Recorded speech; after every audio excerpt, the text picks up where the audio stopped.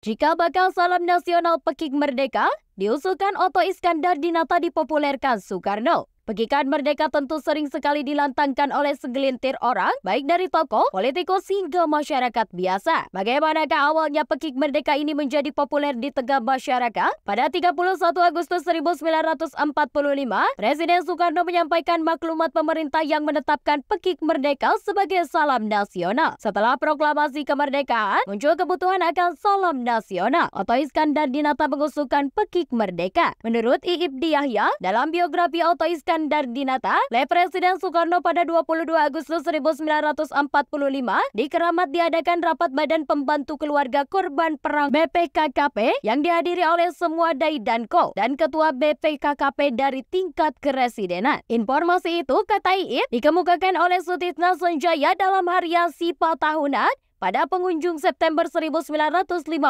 Sutisna bermaksud mengkoreksi wacana yang beredar, antara lain disuarakan oleh politisi PNI Arnold Mononutu, bahwa pencipta Pekik Merdeka adalah Soekarno. Pada 29 September 1950, salah satu media kemudian mengangkat polemik ini ke tingkat nasional. Seorang wartawan yang menemui Presiden Soekarno untuk meminta konfirmasi, Soekarno membenarkan bahwa dalam rapat BPKKP di Keramat, Otista mengajurkan untuk memberi salam satu sama lain dengan ucapan Indonesia Merdeka. Menurut Soekarno, pada suatu malam mereka berkumpul di rumah Otto Iskandar Dinata dekat Perapatan 5. Dia mengatakan agar kita mendapat semangat baik bila menyebar dan merakyat dengan menyebut merdeka, merdeka, merdeka. Perkataan merdeka akhirnya menjadi semboyan dan jelas pula. Perkataan itu Otto Iskandar Dinata menyampaikan gagasan pertama. Anak Otto Iskandar Dinata, Martinus Sumali, menyaksikan bagaimana ayahnya mencetuskan salam perjuangan Pekik Merdeka. Dalam tulisannya, Pengalaman Bersama Bapak, ia mengungkapkan bahwa waktu beliau meminta pendapat mengenai salam perjuangan yang tepat di rumah sambil mondar-mandir memakai kamerjas,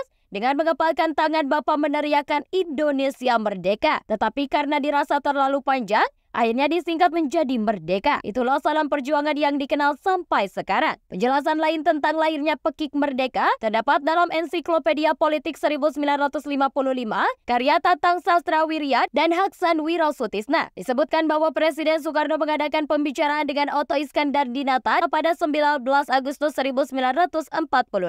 Mereka membahas tentang perlu adanya salam nasional, yaitu suatu pekik yang dapat menggelontorkan jiwa seluruh rakyat Indonesia. Beberapa pekik ditinjau bersama-sama, misalnya Pekik Hidup, Pekik Indonesia, Pekik Indonesia Merdeka, dan pada waktu itu belum diambil suatu keputusan. Pekik ini atas saran Otto Iskandar Dinata harus dipekikan dengan penuh semangat. Lengan kanan naik sampai setinggi bahu dan kanan dikepalkan sambil berteriak merdeka. Ketika ada yang memberi salam Pekik Merdeka, maka jawaban dari yang diberi salam harus merdeka pula. Namun, menurut Tatang dan Hasan, lambat laun jawaban itu berubah-ubah sampai banyak ragamnya. Misalnya, tetap, buat rakyat, sampai ke akhir zaman, dan sebagainya. Oleh karena itu, dalam pertemuan pada 20 April 1950, Soekarno mengingatkan rakyat supaya Pekik Merdeka dijawab dengan merdeka pula. Ia menyimpulkan bahwa Otto Iskandar Dinata adalah penemu salam nasional Pekik Merdeka, sedangkan Soekarno yang mempopulerkannya. Dalam kepastiannya sebagai presiden, ia akan lebih didengar dan diikuti oleh rakyat. Oleh karena itulah, ia disebut sebagai penyambung lidah rakyat.